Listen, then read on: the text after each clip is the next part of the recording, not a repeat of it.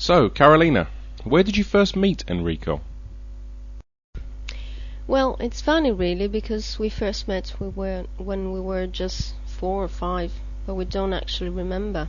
We both lived in the same apartment block until Enrico's family moved to the north of Italy, when I guess we were about 7. So, did you keep in touch? No, not at all. We didn't really know each other, so there was no reason to.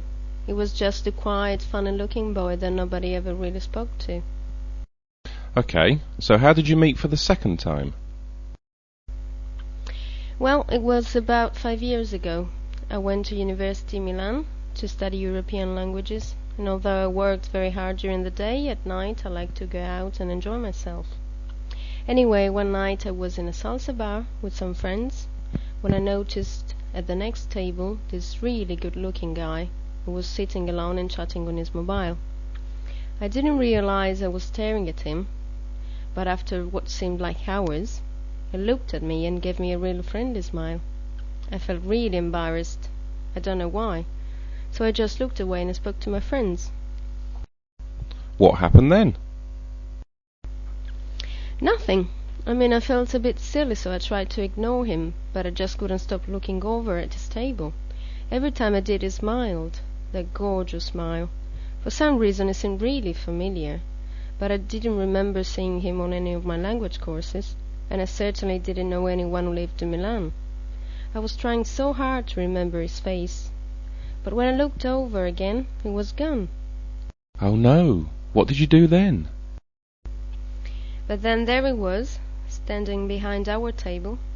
I just sat there and looked at him like I was some kind of idiot. I didn't know what to say. Who spoke first? He did. What did he say? He said, "Hello, stranger. I haven't seen you since we moved away. You look wonderful. What are you doing here?" I didn't know what to say because I didn't know what he was talking about. Then he explained about how we'd lived in the same apartment block, etc., etc. I just couldn't believe that he'd recognized me. But were you happy? Oh yeah, it was gorgeous. I just felt a bit bad that I hadn't remembered him, but that he'd remembered me. So what happened in the end? We swapped phone numbers, and he promised to call me the following week to go out for a pizza.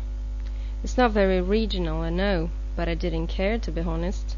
I just wanted to see him again. What in fact happened was that he called me the next morning and said that he couldn't wait a whole week to see me.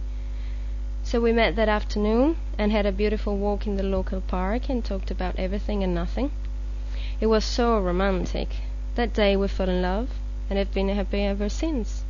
Our daughter, Sabelle, was born 6 months ago, and we're getting married next summer. Sabelle? Who chose that name? We both did.